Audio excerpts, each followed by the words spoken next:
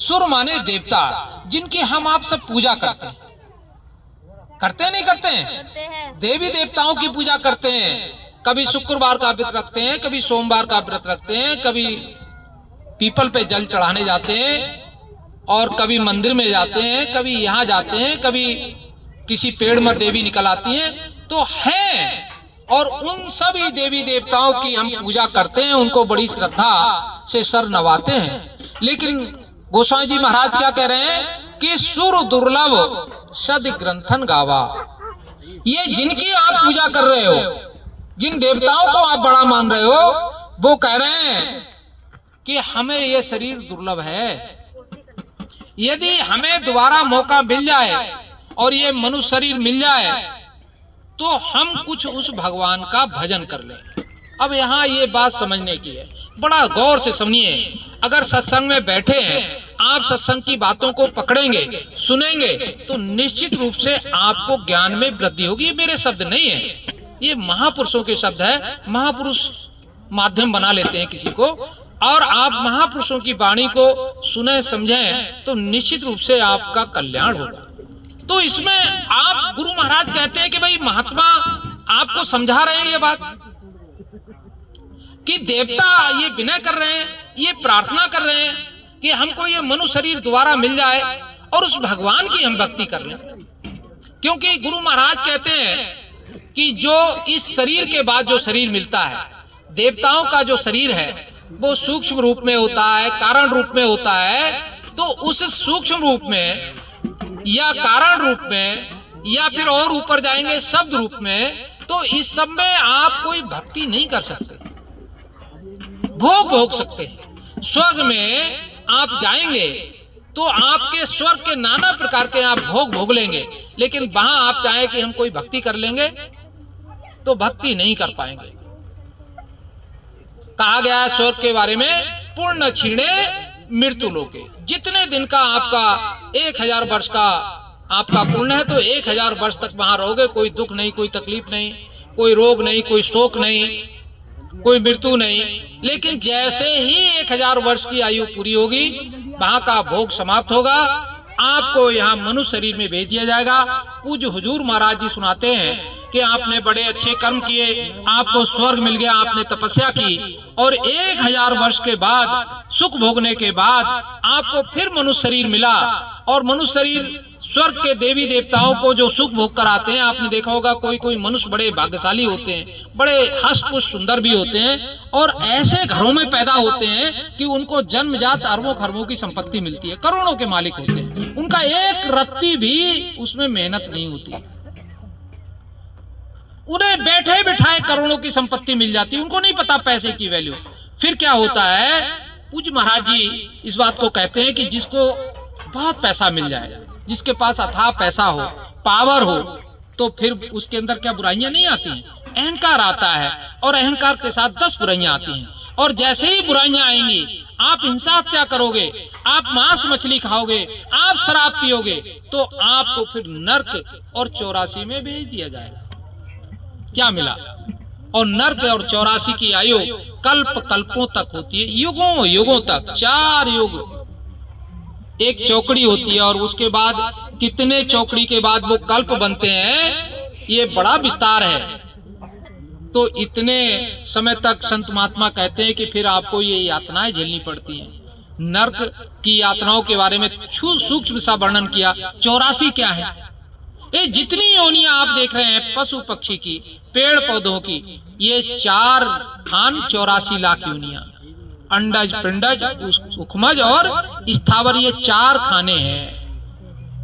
अंडज जो अंडे से पैदा होते हैं, पिंडज जो पिंड के रूप में पैदा होते हैं, जैसे गाय भैंस का बच्चा पैदा होता है पिंड के रूप में, बकरी का जो बच्चा, मुर्गी का जो बच्चा पैदा होता है वो अंडे से पैदा होता है। अंडज, पिंडज, उखमज माने जो ये बरसात के समय में आप देखें जमीन के अंदर से कीड़े पैदा हो जाते हैं, होते नहीं होते, बरसात होती है जमीन से बहुत सारे कीड़े एकदम से निकल आते हैं। और स्थावर, स्थावर माने पेड़, जितने प्रकार के पेड़ हैं, ये सब में भी वही रूह जीवात्मा है, ये भी कभी मनुष्य शरीर में रहे।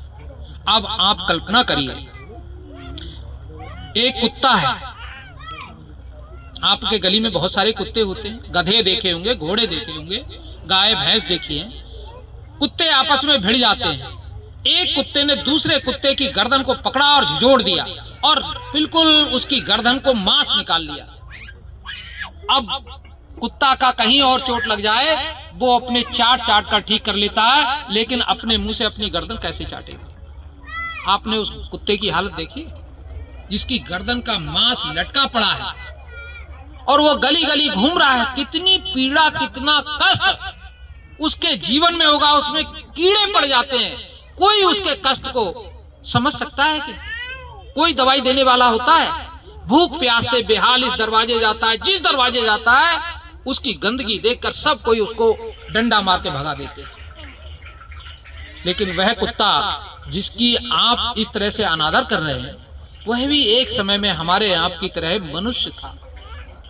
लेकिन आज वो कुत्ते की योनि में चला गया। 84 लाख योनियों में से एक योनि में आज वो भटक रहा है, अथाह कष्ट भुगत रहा है। उसका कारण अगर कोई है तो यह है कि मनुष्य योनि में उसको कोई भी महात्मा नहीं मिले, कोई ऐसे महात्मा नहीं मिले जो उसको शब्द का भेद बताते, जो उसको आत्मा और परमात्मा का भेद बताते और वो ये कहते कि बच्चा आपकी रूह जीवात्मा आज इस मनुष्य शरीर में है, कल ये अगर अच्छे कर्म नहीं करोगे तो 84 लाख योनि में चली जाएगी। बहुत कष्ट है, वहां कोई क्षण मात्र का सुख नहीं है। इसलिए मैं आपको ये रास्ता बताता हूं। मैं आपको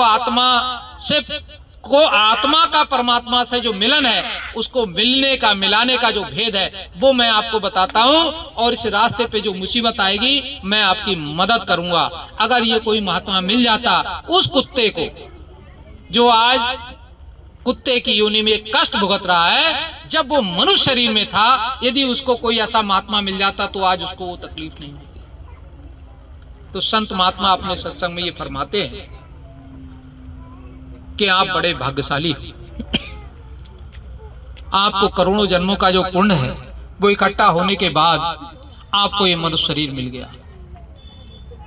लेकिन ये मनुष्य शरीर आपको अकेले नहीं मिला, 7-8 अरब की आबादी पूरे संसार की है, सबको मिला है। लेकिन आप उससे ज्यादा भाग्यशाली हैं। इस किच्छा में, इस मोहल्ले में ही 10,000 की आबादी है, लेकिन आप चंद लोग यहाँ बैठे हैं। आपके अंदर कुछ परमात्मा की किरणें, परमात्मा की दया की किरणें आपके अंदर फैली हैं कि आपको आज सत्संग में बैठने का मौका मिला और सुनने का अवसर मिल रहा है। आप सुन रहे हैं, समझ रहे हैं, उस मालिक की बड़ी दया कृपा है। तो संत महात्मा कहते हैं कि आपका अरबों जन्मों का जब कोई पुण्य इकट्ठा होता है, अरबों जन्मों का, तब आप किसी महात्मा के सत्संग को सुन पाते हैं, महात्मा के सत्संग को सुन पाते हैं, उनके दर्शन दीदार को कर पाते हैं। कितना बड़ा पुण्य आपका इकट्ठा होगा, कितने जन्म आपके लगे, तब आप इस पुण्य कार्य के लिए पात्र बने। संत महात्मा कहते हैं कि यही नहीं, यदि आपको नाम की बख्शीश हो जाए, इन्हीं के नाम की बख्शीश। नाम क्या है? नाम एक ऐसा भेद है जो केवल संत जानते हैं और कोई नहीं जानता। नाम रहे संतन आधीना, संत बिना कोई नाम न चीना। ये नाम दो प्रकार का होता है, एक वर्णात्मक, एक धुनात्मक। तो जो वर्णात्मक नाम है जिसको हम बोल रहे हैं, राम श्याम, हरे कृष्णा, हरे राम, राधा राधा, कोई भी नाम हम बोलते हैं जो जवान से बोल रहे हैं, ये वर्णात्मक नाम है। संत महात्मा कहते हैं वर्णात्मक नाम से कुछ नहीं होगा, ये बोलने से कुछ नहीं होगा। ये संत महात्मा जो गोपनीय भेद देते हैं, ये होता है धुनात्मक नाम का। जो आपने अभी बैठे यहाँ पर, आपके कान बंद कराए गए, आपकी आंखें बंद कराई गई और आपसे कहा सुनो। अब बड़ी विचित्र बात है कि आपसे कहा गया कि आप कान बंद कर दो, मुंह बंद कर दो, आंख बंद कर दो और सुनो। कान बंद करके कौन सुनता है भाई? अरे कान बंद करके कोई सुना जाता है क्या? लेकिन संत महात्मा कहते हैं कि ये भेद केवल संतों को पता है। कान बंद करके भी सुना जाता है और जो सुना जाता है उसी को नाम कहते हैं। गुरु महाराज ने समझाया सत्संग में कि दुनिया की नजरों में आपकी क्या आंखें हैं? हमारी आपकी कै आंखें हैं? दुनिया की नजरों में हमारे आपके अंदर कै आंखें हैं? 2। और कान कितने हैं? 2। और नाक कितनी है? 1। एक नहीं है, 2 है। एक इधर एक इधर, दो सुराख है। एक बंद हो जाता है, दूसरा काम करता नहीं करता है? दिख रही है ऊपर से एक, लेकिन अंदर से 2। तो 2 आंख है, 2 कान है, 2 नाक है। लेकिन संत महात्मा कहते हैं कि भाई आपके अंदर 2 नहीं 3 आंखें हैं। कितनी आंखें हैं? 3। कितनी आंखें हैं? 3 आंखें हैं। अब अगर दुनिया के लोगों को यह बताया जाए और ऐसे ही किसी से कह दिया जाए कि तुम्हारी 3 आंखें हैं, तो कहेगा कि भाई ये आदमी तो मूर्ख है। कहीं 3 आंख दिख रही है? 3 आंख कहीं नहीं है। लेकिन अगर वो सत्संग सुना होगा, किसी महात्मा की संगत उसने की होगी, तो वो समझ जाएगा कि ये कुछ ऊंचे दर्जे की बात कर रहे हैं। गुरु महाराज कहते हैं कि 2 आंखें तो इस शरीर की, एक आंख आपकी रूह जीवात्मा की, क्योंकि आपके अंदर रूह जीवात्मा है तो उसके अंदर एक आंख है, और वो आंख है जो भगवान शिव की थी, शंकर भगवान की थी, जो तीसरा नेत्र जिसको शिव नेत्र कहते हैं, वो आपके अंदर भी है। और वो नेत्र है उसका आप इस प्रकार से प्रमाण ले सकते हैं कि जब आप सोते हैं कि नहीं सोते हैं, गहरी नींद में आप सो रहे हैं और गहरी नींद में आप एक बिल्कुल सपना देख रहे हैं, बिल्कुल ऐसा लगता है बिल्कुल साक्षात हो रहा है, होता नहीं होता है। और कभी कभी भयानक सपना होता है, और इतना भयानक सपना होता है कि एकदम उछल पड़ते हैं, घबरा जाते हैं, पसीने पसीने हो जाते हैं। तो आपकी आंखें तो बंद थी, फिर आप किससे देख रहे थे? किससे देख रहे थे भाई? तीसरी आंख जो रूह जीवात्मा की आंख थी, वह रूह जीवात्मा की आंख उसको देख रही थी, और उस आंख से आप वो देख रहे थे। इसका मतलब हमारे अंदर कोई तीसरी आंख भी है जो बाहर की आंखें बंद होती हैं और फिर भी वो देखती है। तो गुरु महाराज ने कहा कि जो तीसरा नेत्र है, ये शिव नेत्र है, और ये सबके अंदर है आपके। और यदि ये शिव नेत्र खुल जाए तो आप रूह जीवात्मा को देख सकते हैं, देवी देवताओं को देख सकते हैं, ईश्वर को देख सकते हैं, ब्रह्मा विष्णु महेश को आप देख सकते हैं। लेकिन ये शिव नेत्र, तीसरा नेत्र खुलेगा कैसे? तो संत महात्मा कहते हैं कि इसकी चाबी केवल महात्माओं के पास है। यही वो गोपनीय भेद है, यही वह रास्ता है जो महात्माओं से मिलेगा, जिससे आप अपने घर वापस जा सकते हो। अब प्रश्न ये होता है कि ये जो आत्मा है, क्या ये शुरू से ऐसी थी? तो गुरु महाराज ने कहा कि नहीं, ये जो आत्मा थी जब ये अपने घर से आई थी तो इसकी शिव नेत्र खुला हुआ था, इसका तीसरा नेत्र खुला था, इसका तीसरा कान खुला था, इसकी तीसरी नाक खुली थी। लेकिन जब वो यहां आई और सतयुग में गुरु महाराज ने कहा कि लाखों रूह जीवात्माओं की खेपें 1 लाख वर्ष की आयु पूर्ण करने के बाद वापस अपने घर चली गई। काल प्रभु ने बड़ी तपस्या की और उन्होंने देखा कि ये रूह जीवात्माएं समय पूरा करके अपने घर वापस चली जा रही हैं। तो उन्होंने बड़े विचार करके और यहाँ एक विधान बना दिया, और वो विधान बनाया कर्म का, कि कर्म करने की आजादी आपको है, आप अच्छा करो बुरा करो। गुरु महाराज ने कहा कि कोई आपको रोकेगा नहीं। कोई रोकता है? चोर चोरी करता है, कोई मना करता है, पकड़ा जाता है तो पिटता है। और आप मांस खाओ, आप मछली खाओ, आप अच्छे काम करो, आप बुरे काम करो, कोई आपको मना नहीं, ऊपर वाला रोकेगा नहीं। लेकिन आपके खाते में ये सब कुछ लिखने के लिए उन्होंने 2 यहां पर देवता बैठा दिए। एक चित्र जो चित्र खींचने वाला है और एक लेखक जो लिखने वाला है। आपके एक कंधे पर एक लिखने वाला बैठा है गुरु महाराज ने कहा कि 5 साल की आयु होने के बाद जैसे ही छठी वर्ष का पहला दिन होता है, उस समय से बच्चा, चाहे वो स्त्री हो चाहे पुरुष हो, जो भी कर्म करता है उसका हर कर्म लिखा जाता है और मृत्यु की अंतिम सांस तक हर अच्छा बुरा कर्म लिखा जाएगा। केवल लिखा ही नहीं जाता बल्कि उसकी रिकॉर्डिंग भी की जाती है। वो अदृश्य। तो इस शरीर में प्राण जब इससे निकाले जाते हैं, यम के दूत जब आते हैं और इस प्राणों को खींचते हैं शरीर से, तो इतनी पीड़ा होती है जैसे लाखों बिच्छुओं ने हमारे शरीर में डंक मार दिया। आसपास जोधा खड़े सभी बजावें गाल, मंज महल से ले चला, मंज महल से ले चला ऐसा काल कराल।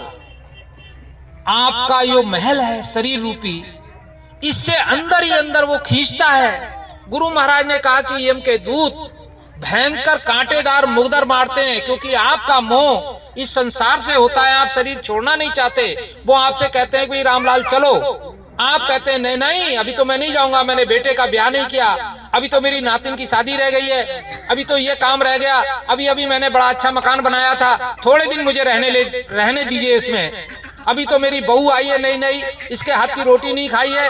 अभी आपके 70 बहाने होते हैं। फिर वो कहते हैं नहीं, तुरंत तैयार हो जाओ। जब आप खैचा तानी करते हो तो फिर वो मुगदर निकालते हैं और मारते हैं, और जब प्राणों को खींचते हैं तो ऐसे शरीर से लगता है, गुरु महाराज बताते हैं कि जैसे लाखों बिच्छुओं ने आपके शरीर के अंदर डंक मार दिया हो। एक बिच्छू डंक मारता है तो कितनी पीड़ा होती है ये हम आप जानते हैं, और जिसके शरीर में लाखों बिच्छू डंक मारे उतनी पीड़ा होती होगी तो कितना बुरा हाल होता होगा।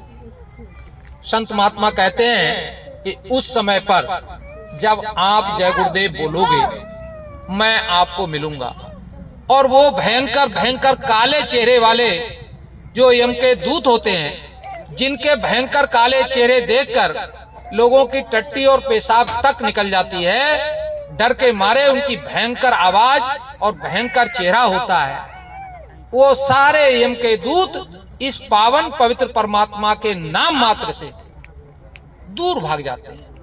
ऐसे विपरीत समय में दुनिया की बात छोड़ो, ये दुनिया के लिए नामदान नहीं है। गुरु महाराज ने कहा ये तो तुम्हारे कर्मों का लेखा जोखा है। आपने पिछले जन्मों में कोई अच्छा किया तो आप सेठ साहूकार के यहाँ हो गए, आपके पिछले जन्म का कुछ अच्छा लेखा जोखा नहीं रहा, आप किसी गरीब गुरबा के यहाँ हो गए। आपका बहुत अच्छा भाग्य है तो आपको स्वस्थ शरीर मिल गया, सारे हाथ पांव सुरक्षित हैं, आपको रोटी कपड़ा और मकान मिल रहा है। आपके कुछ कर्म खराब थे, आपके 2 हाथ काट दिए गए, 1 आंख खराब कर दी गई, 2 पैर काट दिए गए, 1 पैर काट दिया गया, आपको गंभीर बीमारी दे दी गई। ये सब पिछले जन्मों के कर्म है जिनका फल हम इस जन्म में भुगत रहे हैं।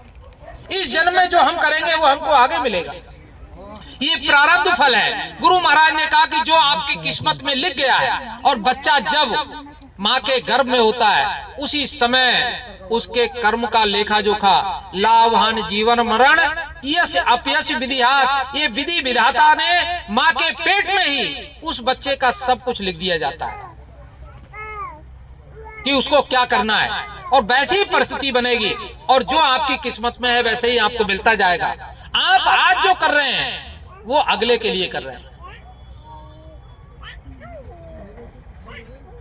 तो गुरु महाराज ने कहा कि भाई आप अज्ञानता में कुछ ऐसे काम कर गए कि आपने अपनी रूह जीवात्मा पर बहुत भयंकर गंदगी चढ़ा ली। अब ये रूह जीवात्मा रास्ता भटक गई है। ये रूह जीवात्मा नहीं जानती कि इसको कहां जाना है। इस रूह जीवात्मा की सफाई के लिए अगर आपको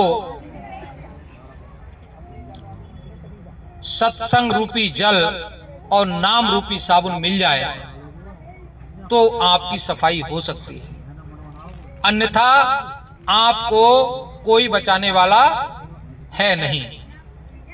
इसलिए ये नाम गुरु महाराज ने कहा कि अमोलक दौलत है। ये ऐसी अमोलक दौलत है कि सारे दुनिया की दौलत एक तराजू में रख दी जाए और नाम का कण दूसरे तराजू में रख दिया जाए, इसके कण मात्र के बराबर भी सारे दुनिया का सोना चांदी हीरा जवाहरात साथ नहीं दे सकता, मतलब बराबरी नहीं कर सकता। ऐसी अमोलक दौलत है। ये अमोलक दौलत आज भी मथुरा में बट रही है। आप यहाँ आए, बड़ा सौभाग्य हमारा, आपके दर्शन हुए।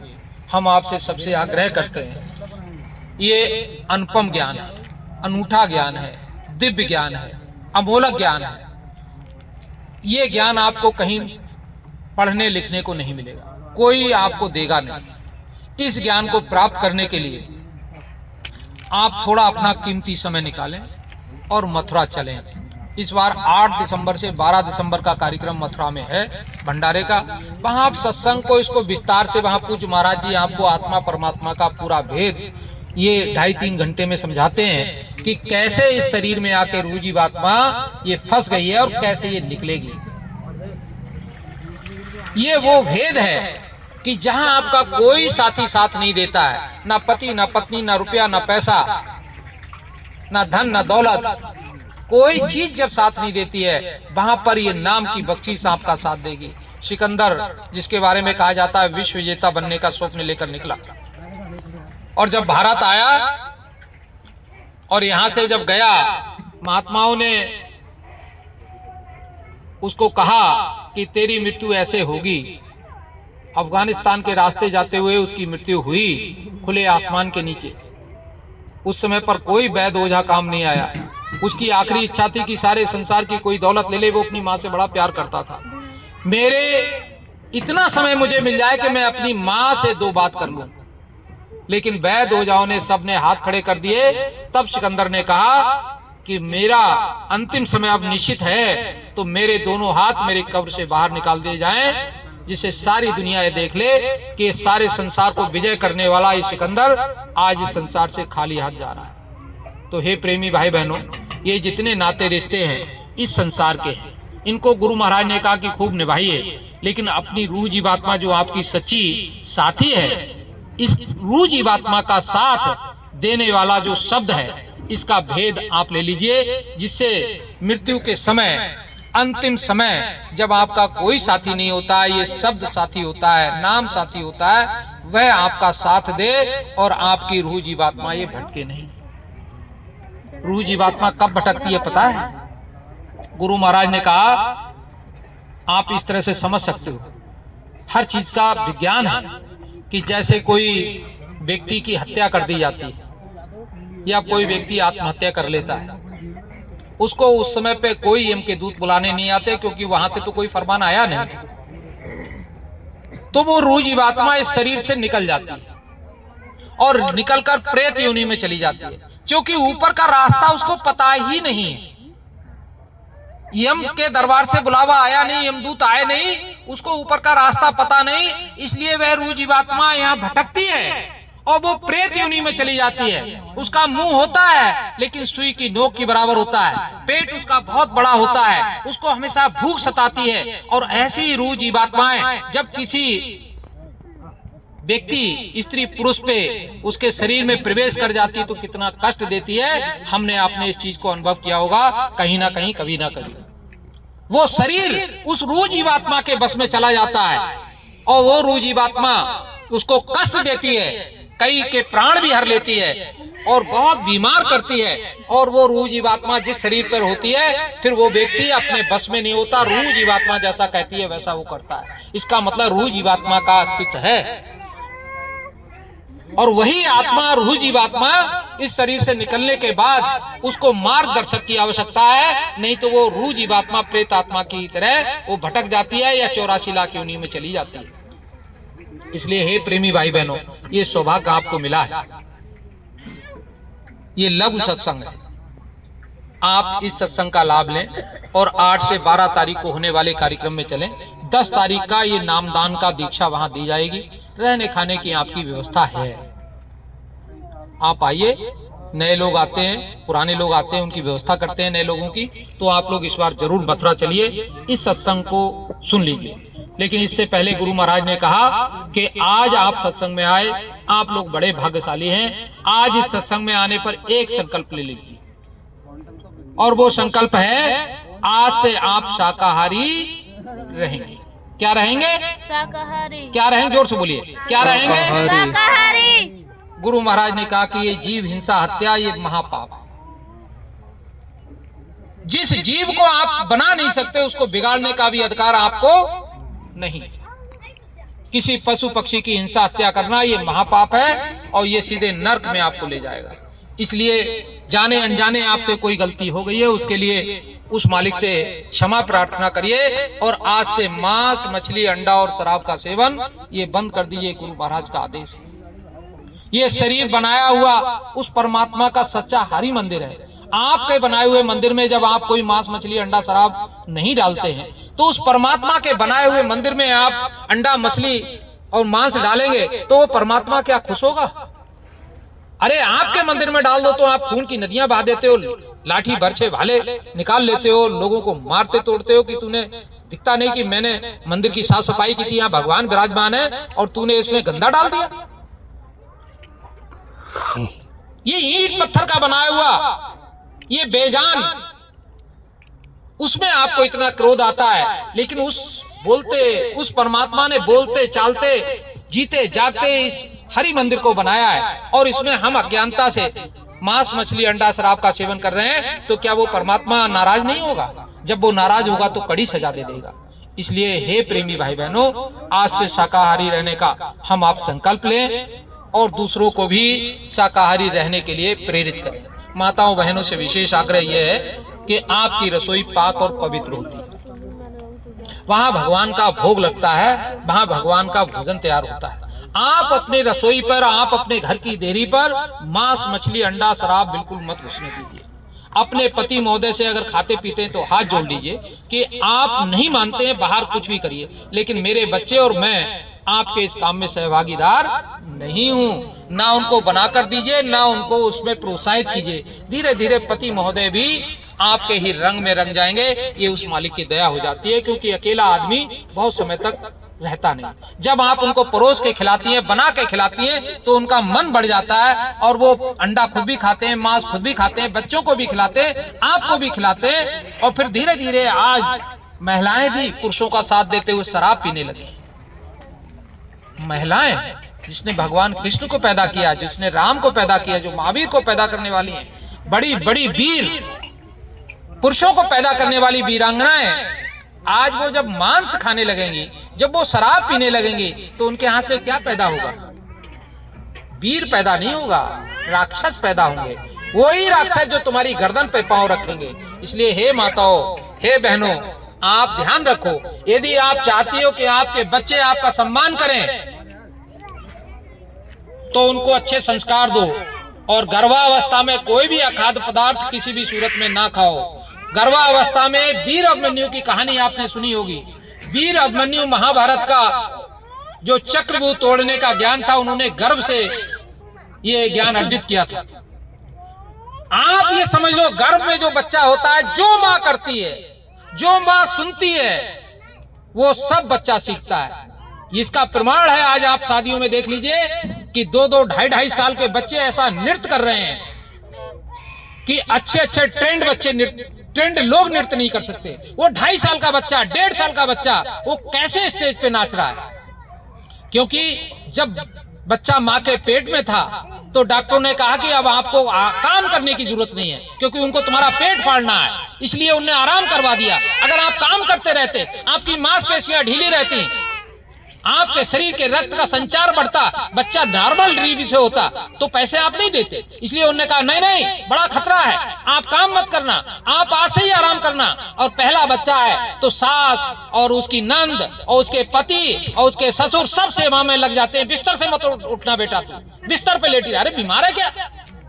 अब वो मोटी खा खा के चर्बी आ गई, अब बच्चा हो ही नहीं सह रहा है। तो अब उन्होंने कहा कि ले जाओ अस्पताल। 15 दिन पहले पेट फाड़ दिया और फाड़ के पेट और जो है बच्चा निकाल दिया।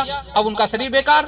और वो जब बिस्तर पे लेटी थी तो कैसे समय पास करें, तो उन्होंने टीवी जो सामने था उसका रिमोट खोला, हाथ में है रिमोट, और बढ़िया बढ़िया डांस देख रही थी। जब वो बच्चा पैदा हुआ, 1.5 साल का हुआ, वही बच्चा स्टेज पे आकर और बढ़िया बढ़िया डांस करता है। क्या संस्कार दिए आपने? वो जो आप सीख रहे हैं, जो आपने सिखाया वो ज्ञान लेकर पैदा हो रहा है। ना राम पैदा होगा, ना कृष्ण पैदा होगा, ना अर्जुन पैदा होगा, ना वीर शिवाजी माना, ना महाराणा प्रताप पैदा होंगे। अरे पहले गर्भ में माताओं बहनों को हमारे पंडित पुरोहित कहते थे कि इन्हें रामायण पढ़वाइए, तो माँ रामायण पढ़ती थी, गीता का पाठ करती थी, तो बच्चे धार्मिक होते थे। आज आप जब इस तरह के नृत्य देखेंगे, इस तरह के कुकृत्य देखेंगे, सीरियल देखेंगे, हिंसा हत्या के सीरियल देखेंगे, तो बच्चा भी वैसा ही पेट से सीख के आएगा। इसलिए आप सबसे गुजारिश है कि आप आने वाली पीढ़ी को यदि संस्कारवान बनाना चाहते हैं तो गर्व से ही उसके अंदर संस्कार डालिए। अच्छा कुछ पढ़िए, अच्छा कुछ देखिए। अगर आप अच्छा बच्चा, आज ऐसे भी नहीं है कि सारे बच्चे ऐसे हैं, आपको भी टीवी पे मिल जाएंगे 5-5 साल के बच्चे गीता का पाठ कर रहे हैं। वो वही बच्चे हैं जिनकी माओ ने गीता पढ़ी गर्भावस्था में। आज वो बच्चा 8 साल का गीता पढ़ रहा है, गीता सुना रहा है। तो आपको कैसा बच्चा चाहिए ये आपको तय करना है, और आपको तय करना है गर्भावस्था से। बाद में आप उसमें संस्कार नहीं डाल पाते। जो पढ़ गए वो जन्म से पढ़ते हैं, इसलिए कहते हैं जन्म से ये लेकर पैदा हुआ है। तो इसलिए हे वीरांगनाओं, इस सत्संग में आप आई, बड़ा भाग्य आपका और हमारा भी। कोई बात अनुचित निकल गई हो, जो आपको बुरी लगी हो, तो मैं क्षमा चाहता हूँ। जो गुरु महाराज की दया मौज हुई, मैंने कुछ सुनाया। समय हो गया है भोजन का, भोजन तैयार हो गया है। आपको भी भूख लगी होगी ना, तो आज की बात हम यहीं समाप्त करते हैं और आप लोगों को निमंत्रण देते हैं कि आप मथुरा जरूर आइए। एक और कारण है मथुरा आने का, वहाँ पर गुरु महाराज ने ये जो मंदिर दिख रहा है, ये बरदानी मंदिर बनाया हुआ है। ये बरदानी मंदिर है। गुरु महाराज ने कहा कि यहाँ आकर एक बुराई जो भी चढ़ाएगा, एक बुराई चढ़ानी है। मांस खाने की बुराई, शराब पीने की बुराई, अंडा खाने की बुराई, झूठ बोलने की बुराई, चुगली करने की बुराई, चोरी करने की बुराई, जुआ खेलने की बुराई, बीड़ी पीने की बुराई, चाय पीने की बुराई। हमारे अंदर लाख बुराइयां, कोई इंसान ऐसा नहीं जिसके अंदर कोई बुराई ना हो। तो वहाँ एक बुराई चढ़ा दीजिए और एक मनोकामना आपकी वहाँ जो मंदिर का जीता जागता देवता है वो पूरी करेगा।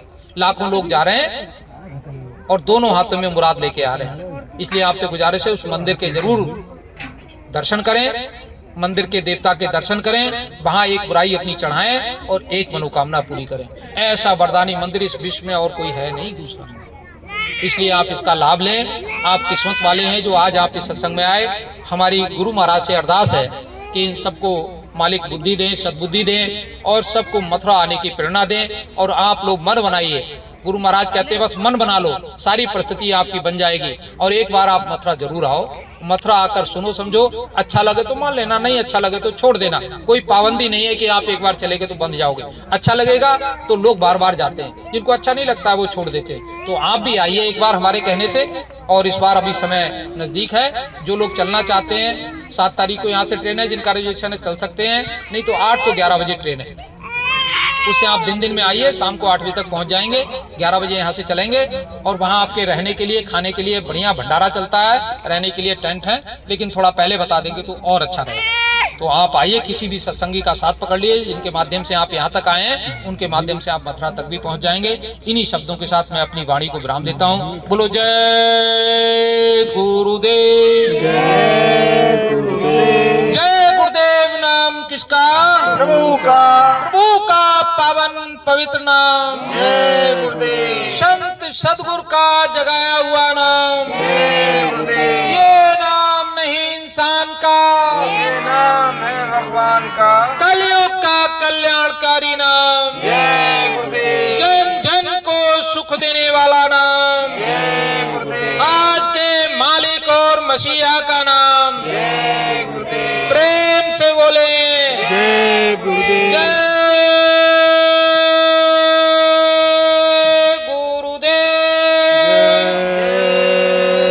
गुरुदेव। बाबा जी का कहना है शाकाहारी रहना है, हाथ उठाकर। बाबा जी का कहना है शाकाहारी रहना है, बाबा जी का कहना है शाकाहारी रहना है। क्या खा पी कर हुए खराब, अंडा मछली मांस शराब, क्या खा पी कर हुए खराब, अंडा मछली मांस शराब, क्या खाने से होगी साग सब्जी दूध मलाई। किया फकीरों ने संकेत, कब्रिस्तान नहीं है पेट, किया फकीरों ने संकेत, कब्रिस्तान नहीं है पेट। सब धर्मों की यही पुकार, उत्तम भोजन शाकाहार, सब संतों की यही पुकार, उत्तम भोजन शाकाहार, सब ग्रंथों की यही पुकार, उत्तम भोजन शाकाहार। शाकाहारी हो जाओगे, बीमारियों से बच जाओगे। पूज्य महाराज जी की अर्जी, हाथ जोड़कर विनय हमारी, हो जाएं सब शाकाहारी, हाथ जोड़कर विनय हमारी। हो जाएं सब शाकाहारी। मथुरा से आई आवाज, शाकाहारी रहे समाज, मथुरा से आई आवाज, शाकाहारी रहे समाज। शाकाहारी हो जाओगे, बीमारियों से बच जाओगे, शाकाहारी हो जाओगे। बीमारियों से बच जाओगे। बाबा जी की अर्जी है,